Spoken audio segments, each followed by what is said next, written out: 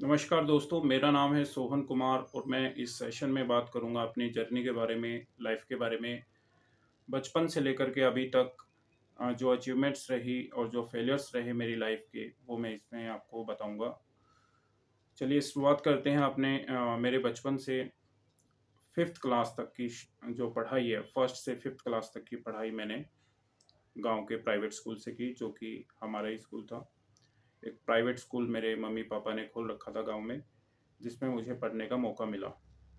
Fifth के बाद जब मैं फिफ्थ के करीब था, तब हमारा स्कूल जो है फिफ्थ क्लास से लेकर के एट्थ क्लास तक शिफ्ट हो गया था। मतलब पाँचवीं कक्षा तक जो हमारे स्कूल में पढ़ाई होती थी, वो अब आठवीं तक कक्षा तक का बन चुका था। तो मुझे आठवीं कक्षा तक पढ़ने का मौका अपने स्कूल में मिला। उसके बाद मेरी पढ़ाई जो है सरकारी स्कूल में होती है, और सरकारी स्कूल में इंग्लिश के ऊपर थोड़ा सा कम फोकस रहता है। तो वहाँ जो सरकारी स्कूल के बच्चे जो सरकारी स्कूल में पहले पढ़ रहे थे, उनसे कंपैरेटिवली मुझे थोड़ा-सा एडवांटेज था। तो मैं इंग्लिश में काफ़ी अच्छा परफ़ॉर्म कर पा रहा था। 10वीं कक्षा तक की जो पढ़ाई है मैंने अपने गाँव के ही स्कूल हाजमपुर में जो स्कूल है, और सरकारी स्कूल से मैंने की। 10वीं कक्षा में अ, जो परिणाम हुए, जब एग्ज़ाम होते हैं, तो 10वीं कक्षा में मैंने टॉप किया। और अगर मैं आपको हकीकत बताऊँ तो हमारा जो बैकग्राउंड है, वो फाइनेंशियली बहुत ज़्यादा स्ट्रॉन्ग नहीं थे हम। तो ऐसे में हमें मज़दूरी मेहनत भी करनी पड़ती थी।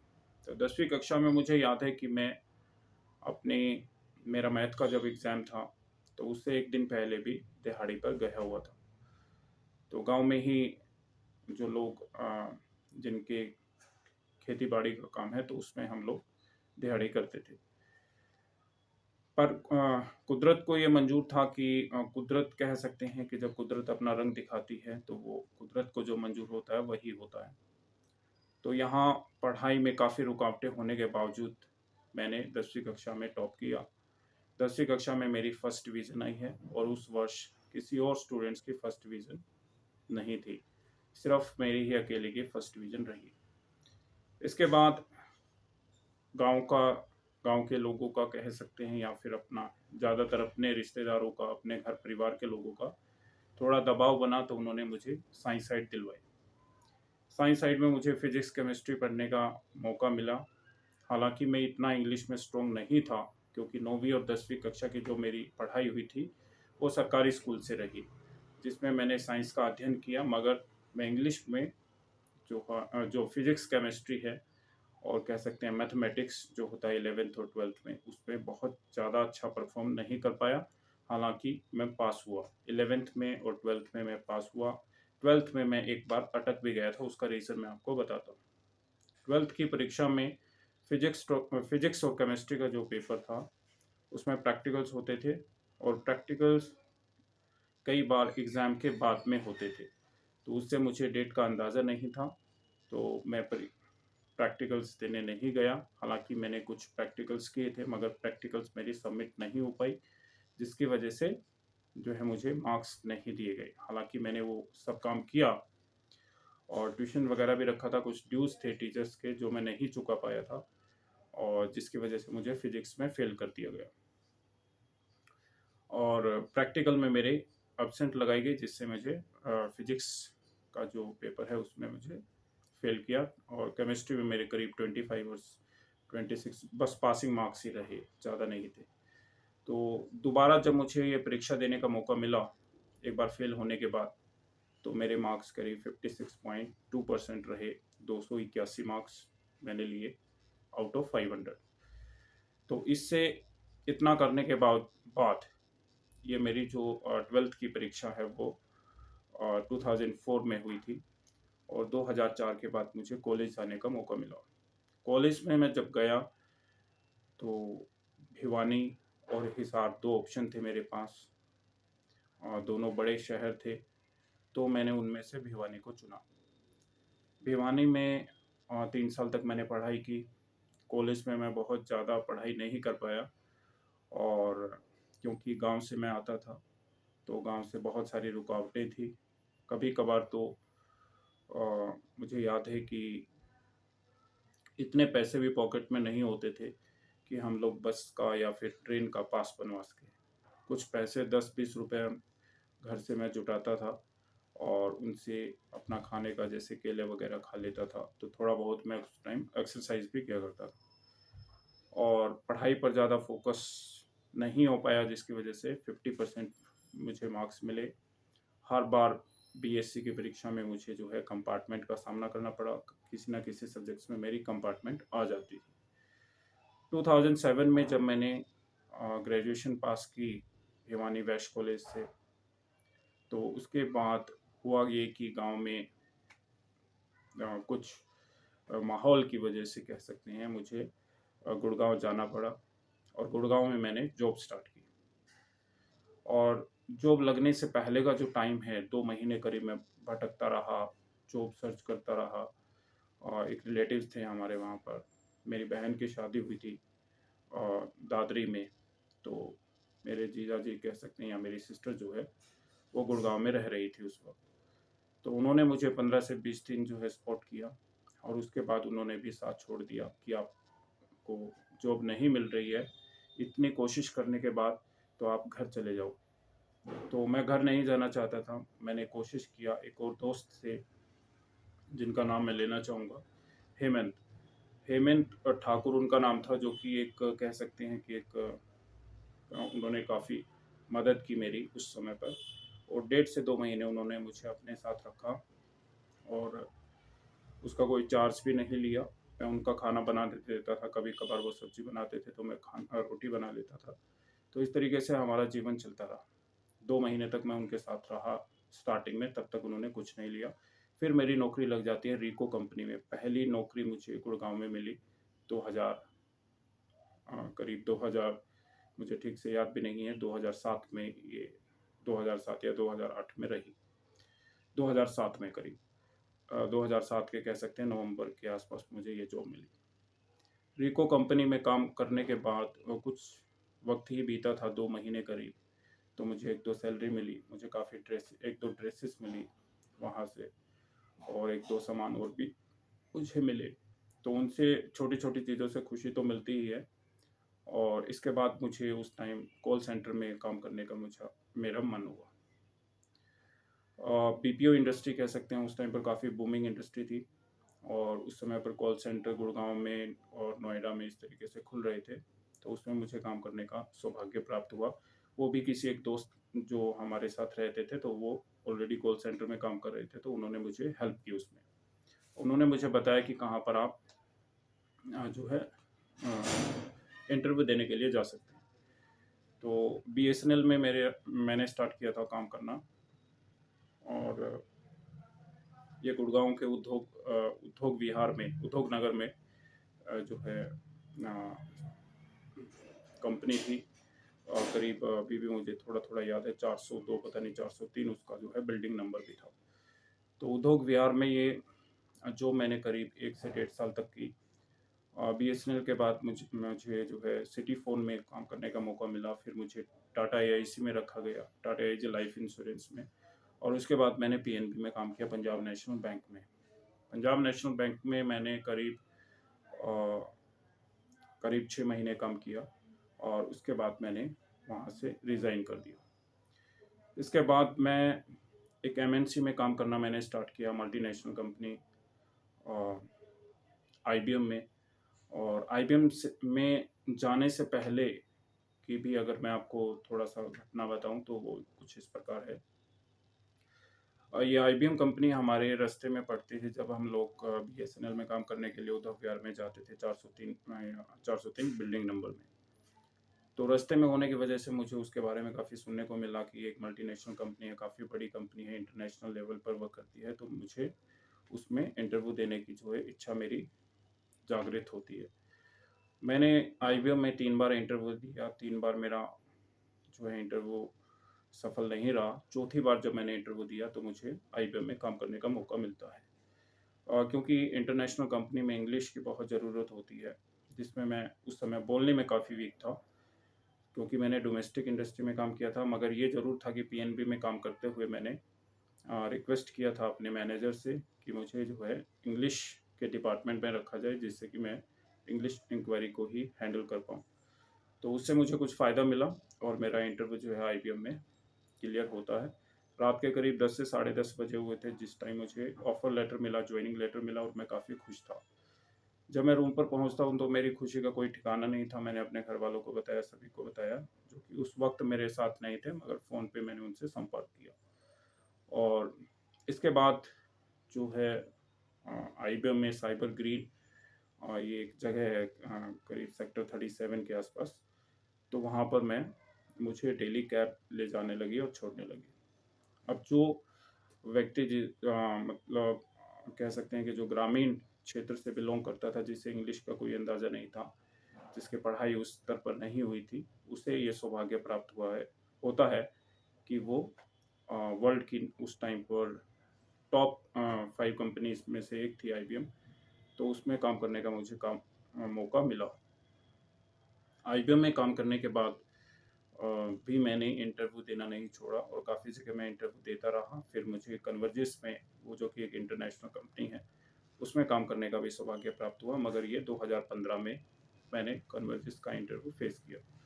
इससे पहले भी मैं काफ़ी जगह काम कर चुका था। सड़कों में मैंने काम किया, जो कि एक बीपीओ था, और अ, इस 1-2 कंपनी में और भी मैंने काम किया साथ-साथ, जहाँ पर बहुत ज़्यादा लंबा समय मैंने नहीं बिताया। तो तकरीबन 3 साल के अंदर मैंने 14 से 15 जॉब की और 2010 में तकरीबन जो है मैंने सिविल सर्विसेज़ की पढ़ाई करने के लिए ठान ली। पहली बार मैं जब मुखर्जी नगर में आया तो मेरे एक दोस्त थे रविंदर यादव करके, जो जमालपुर से थे। मैं उनके पास रहा कुछ टाइम के लिए, 2-3 दिन के लिए, और वहाँ से मेरी भेंट होती है कुछ सिविल एस्पिरेंट से जो आईएएस की तैयारी करते हैं। आईएएस आईपीएस का जो एग्ज़ाम होता है, यूपीएससी कंडक्ट करती है। तो उनसे रूबरू होने के बाद मैंने ये मन बना लिया कि मैं अपनी जो अ, दोबारा से पढ़ाई को स्टार्ट करूँगा और इसमें कोशिश करूँगा कि गवर्नमेंट सेक्टर में मुझे नौकरी मिले। और स्टार्टिंग में मेरा मन यही था कि मैं कोई कांस्टेबल जैसे सिपाही है, तो वो बन जाऊँ तो काफ़ी अच्छा रहेगा, क्योंकि वो बीपीओ इंडस्ट्री में नाइट शिफ्ट, काफ़ी बार नाइट शिफ्ट होती थी आईबीएम में, तो उससे मैं थोड़ा-सा परेशान था। नाइट में मैं वर्क नहीं कर पाता था, थोड़ा-सा एक्सरसाइज पर मैं फ़ोकस करता था, तो नाइट में मुझे आराम करने की ज़रूरत होती थी, और जो कि मेरा शेड्यूल काफ़ी बदल चुका था आईबीएम में काम करने के बाद, तो मैं उसे थोड़ा-सा कह सकते हैं कि हेल्थ वाइज़ जो है, मुझे वो फिट नहीं बैठ रही थी। तो आईबीएम में काम करने के बाद मैं सीधा यहाँ पर चला गया मुखर्जी नगर पर। मुखर्जी नगर में कुछ दोस्तों से मिलने के बाद उन्होंने मुझे गाइड किया कि आप बाजीराव एंड रवि में एडमिशन लें, जो कि एक इंग्लिश मीडियम संस्थान है, यूपीएससी सीएससी एग्ज़ाम्स की तैयारी करने के लिए, जो कि करोल बाग में है। तो मैंने अपनी पढ़ाई करोल बाग से स्टार्ट की 2010 में, और मैं एक के बाद एक इम्तहान देता गया, और पहला इम्तहान मैंने नहीं दिया, क्योंकि मेरी प्रिपरेशन उस लेवल पर नहीं थी, और फिर मैं एक के बाद मैंने एक परीक्षाएँ दी। इस बीच 2014 में फाइनेंशियली दिक्कतें होने के कारण मैंने थोड़ा पढ़ाना भी स्टार्ट किया, और करोल बाग में पहले मुझे पढ़ाने के लिए जो है एक सेंटर में काम करने का मौका मिला, आईएएस गुरुकुल में। तो आईएएस गुरुकुल में हालाँकि मुझे स्टार्टिंग में बहुत कम पैसे मिलते थे, 7000 मैं पर मंथ लेता था, और जिससे कि मेरा रूम का रेंट और जो है आने-जाने का और छोटा-मोटा खर्च जो है निकल सके। मगर मैं खुश इसीलिए था कि मुझे पढ़ाने का पहली बार मौका मिल रहा था और मैं इकोनॉमिक्स सब्जेक्ट्स वहाँ पर पढ़ा पा रहा था। स्टार्टिंग में मेरा फीडबैक काफ़ी अच्छा नहीं था, और मगर सर की सपोर्ट के कारण जो है मैं वो काम कर पाया। 1.5 से 2 महीने जो है मैंने पहले बैच को इकोनॉमिक्स पढ़ाया, और उसके बाद फिर मुझे दूसरी जगह काम करने का मौका मिलता है, तारा इंस्टीट्यूट में, जो कि उत्तम नगर दिल्ली में है। और ये जो पहला इंस्टीट्यूट था गुरुकुल आईएएस या आईएएस गुरुकुल, ये भी करोल बाग दिल्ली में ही है। तो इसके बाद एक के बाद मैं एक इंस्टीट्यूट्स ज्वाइन करता गया। काफ़ी सारे इंस्टीट्यूट्स में मैंने वर्क किया। ब्राइट ब्रेन अकेडमी में मैंने काम किया, ग्रैंड फ्यूचर अकेडमी में काम किया, और कुछ के नाम मुझे याद है जो मैं बता पा रहा हूँ आपको। पायनियर अकेडमी में मैंने काम किया जयपुर में, और पायनियर में रोहतक में। प्रूडेंस में मैंने काम किया आगरा के अंदर, प्रूडेंस की ब्रांच में, और फिर केडी कैंपस में मैंने काम किया, करीब 6 महीने के करीब हिसार की ब्रांच में, सोनीपत में और जींद में। और फिर मुझे जो है पहली बार मैंने करंट अफेयर्स भी पढ़ाना स्टार्ट किया 2019 में, जनवरी में। तो काफ़ी फीडबैक अच्छा होने की वजह से मुझे काफ़ी केडी कैंपस की ब्रांचेस से फ़ोन आए।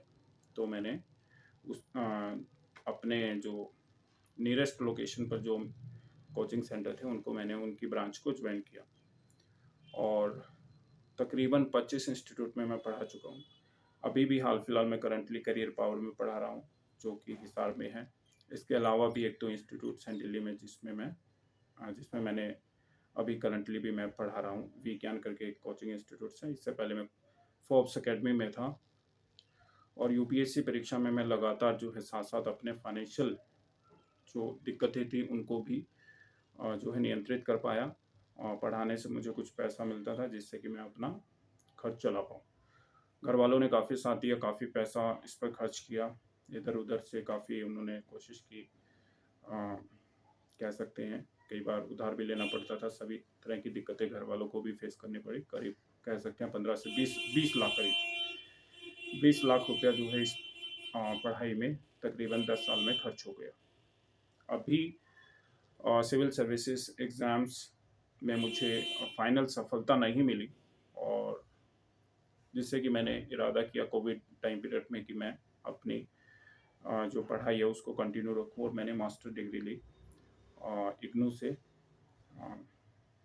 दिल्ली में मेरा सेंटर था, भारती कॉलेज से, जनकपुरी से। और इसमें मैं पढ़ाई में काफ़ी सिविल सर्विसेज में मैंने जो पढ़ा था उसका मुझे काफ़ी बेनिफिट रहा। तो मैंने काफ़ी अच्छे मार्क्स लिए, 67% मुझे मार्क्स मिले मास्टर्स में और ग्रेजुएशन में मेरा टोटल स्कोर था 50%। तो इसका मतलब है कि सिविल सर्विसेज की पढ़ाई करने के बाद जो है जो बेनिफिट्स मुझे मिला एजुकेशन फील्ड में, तो वो काफ़ी इसमें जो है मेरे मार्क्स काफ़ी अप हुए और मेरा परसेंटेज भी काफ़ी अप हुआ। इसके बाद मैंने यूजीसी नेट का एग्ज़ाम दिया और अभी भी मैंने यूजीसी नेट का एग्ज़ाम दिया हुआ है 3 मार्च को जो हुआ था।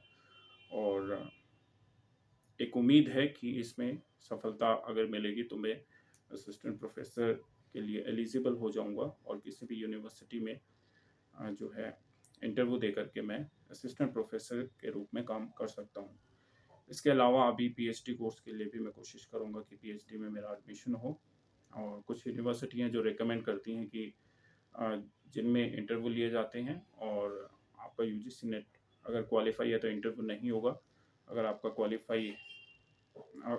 क्वालिफाइड है तो नहीं होगा और अगर आपने क्वालिफाई नहीं किया तो फिर आपको उनका एंट्रेंस यूनिवर्सिटी का देना पड़ता है।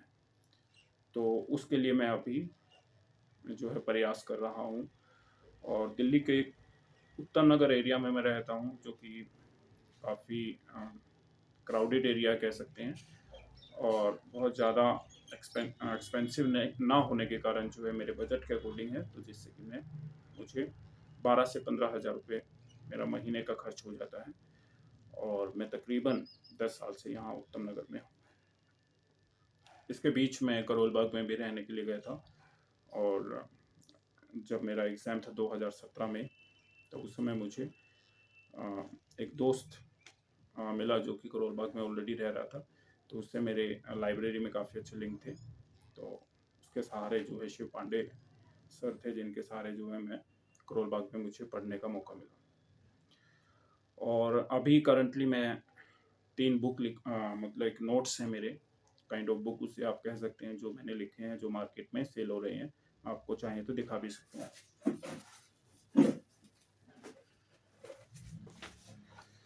ये इंडियन पॉलिटी का एक नोट्स है जो मैंने लिखा। फिर एक यूजीसी नेट का जो एग्ज़ाम दिया है उससे पहले मैंने काफ़ी जो पढ़ाई की उसका मैंने एक नोट्स बनाया तकरीबन 70 पेजेस का, तो वो भी मार्केट में जो है जा रहा है। इसके साथ मैंने एक बुक लिखी जिसमें फोर्ब्स एकेडमी की तरफ से काफ़ी मुझे सपोर्ट मिला।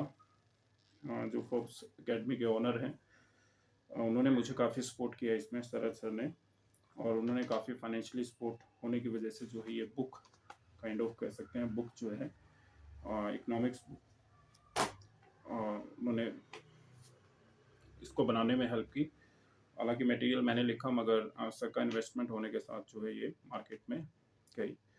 तो काफ़ी एकेडमी में मैंने पढ़ाया और काफ़ी जगह मैं पढ़ा, मतलब करीब 25 एकेडमीज़ में मैं पढ़ा चुका हूँ और 15 के आसपास प्राइवेट कह सकते हैं जॉब कर चुका हूँ। तो इतना लंबा एक्सपीरियंस होने के बाद आज अभी तक जो है प्रयासरत हैं कह सकते हैं, और प्रयास है कि जो ए ग्रेड जॉब है जो वो मुझे मिले और देश की सेवा करने का मौका मिले। और आने वाले समय में मुझे लगता है कि ये मंजिल, जितना आप परिश्रम करेंगे तो मंजिल खुद ब खुद आपके नज़दीक आ जाती है। तो वैसा ही एक उम्मीद जो है वो है, और ये सब मेरी कहानी के फैक्ट्स हैं। फेलियर्स जीवन में काफ़ी मिली।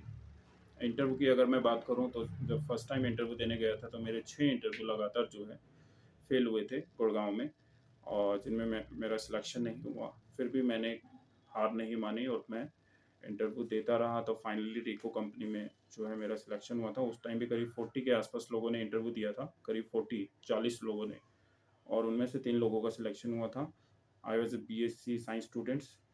तो एक बीएससी कैंडिडेट की शायद उन्हें ज़रूरत थी, और 2 आईटीआई जिन्होंने की हुई थी, आईटीआई का जो डिप्लोमा था, तो 2 उन लोगों का सिलेक्शन हुआ था। तो टोटल 3 लोगों का सिलेक्शन हुआ था और काफ़ी खुशी मुझे हुई थी उस टाइम भी। और एक के बाद एक मैं जॉब करता गया और आज मैं काफ़ी खुश हूँ अपनी लाइफ से। और टीचिंग में करीब 8 से 9 साल से 8 या 9 साल कह सकते हैं, 8-9 साल का एक्सपीरियंस है मुझे, और हिंदी और इंग्लिश माध्यम में पढ़ाने का। मैंने काफ़ी सिविल सर्विसेज के स्टूडेंट्स को भी पढ़ाया है। इकोनॉमिक्स, करंट अफेयर और इंटरनल सिक्योरिटी, डिज़ास्टर मैनेजमेंट, ये सब्जेक्ट्स मैं पढ़ाता था।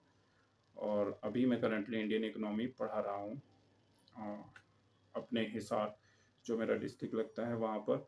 1-2 दिन मैं पढ़ाता हूँ, बीच में मैं छोड़ देता हूँ। अभी मैंने बीच में छोड़ रखा था करीब 1 महीने से, क्योंकि मेरा यूजीसी नेट का एग्ज़ाम था और जो मेरे लिए काफ़ी इम्पोर्टेंट भी था।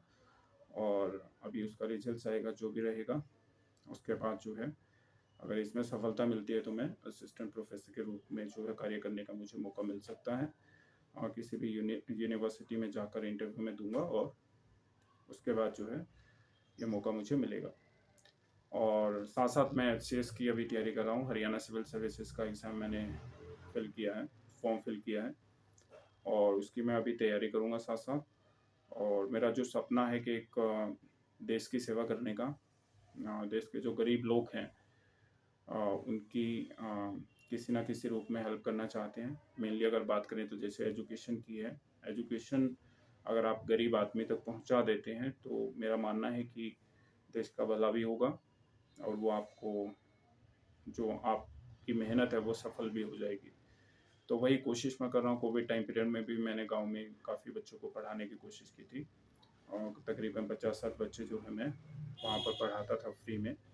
और क्योंकि मैं गांव में रहता था तो मेरा खर्च नहीं होता था। यहाँ से मैं रूम छोड़ चुका था उस टाइम पर दिल्ली में, तो मुझे ज़्यादा पैसे लेने की भी आवश्यकता उस टाइम पर नहीं थी। और मैं मानता हूँ कि जो भी लोग गांव से हैं, गांव से बिलोंग करते हैं, उन्हें अपने बच्चों को ज़्यादा से ज़्यादा पढ़ाई की तरफ फोकस रखना चाहिए। उनको हार नहीं माननी चाहिए। आप भले ही कितने भी छोटे गांव से आते हैं मेरी तरह, तो अगर आप किसी चीज़ को कह सकते हैं शिद्दत से चाह लेंगे, अगर परिश्रम करेंगे, तो मंजिल खुद ब खुद आपके नज़दीक आती चली जाएगी। और गांव, एक छोटे से गांव से होते हुए यहाँ पर दिल्ली में आकर के पढ़ाना और पढ़ना, ये कोई छोटा काम नहीं था। मुझे लगता है इसका सौभाग्य मुझे प्राप्त हुआ, और आज भी मैं पढ़ पा रहा हूँ, अपनी पढ़ाई को कंटिन्यू कर पा रहा हूँ, अपने सपनों को लेकर के जी रहा हूँ कह सकते हैं। तो वो एक खुशी का, उससे एक खुशी मिलती है। और मैं मानता हूँ आप भी, जो भी लोग इस वीडियो को देखें, तो वो इससे यही एक मैसेज, मैं उनको एक संदेश देना चाहता हूँ कि आप अपने बच्चों को पढ़ाइए ज़रूर। और गरीबी कितनी भी हो, कितना भी संकट हो, आपको हार नहीं माननी है। और अगर आप हिम्मत रखेंगे तो कुदरत भी उस पर मेहरबान हो जाती है। और जैसे कि मैंने एग्जांपल दिया आपको, 10वीं की जो पढ़ाई थी मेरी, 10वीं की परीक्षा में काफ़ी अड़चने होने के बावजूद मैंने टॉप किया। मास्टर डिग्री में भी मैंने one of the highest marks यहाँ पर लिए हैं। तो ये चीज़ें हैं कि अ, कई बार होता है कि फाइनेंशियली दिक्कत होने के कारण जब आपका सपोर्ट सिस्टम सही नहीं होता है तब काफ़ी सारी दिक्कतें होती हैं, मगर आप अगर संकल्प कर लेंगे किसी चीज़ को पाने का तो देर सवेर करके वो चीज़ें आपको मिल जाती हैं। और इसी धारणा को मानते हुए मैं आगे बढ़ रहा हूँ अपने पथ पर, और मुझे उम्मीद है कि आप लोग भी जो है मेहनत करेंगे और अपने बच्चों को अच्छे से पढ़ाएं, और कोई भी ज़रूरत होती है तो उनकी ज़रूरत पूरी करने की कोशिश करें। बच्चों को पॉजिटिविटी में रखें, पॉजिटिव एटमॉस्फेयर दें। और थैंक यू।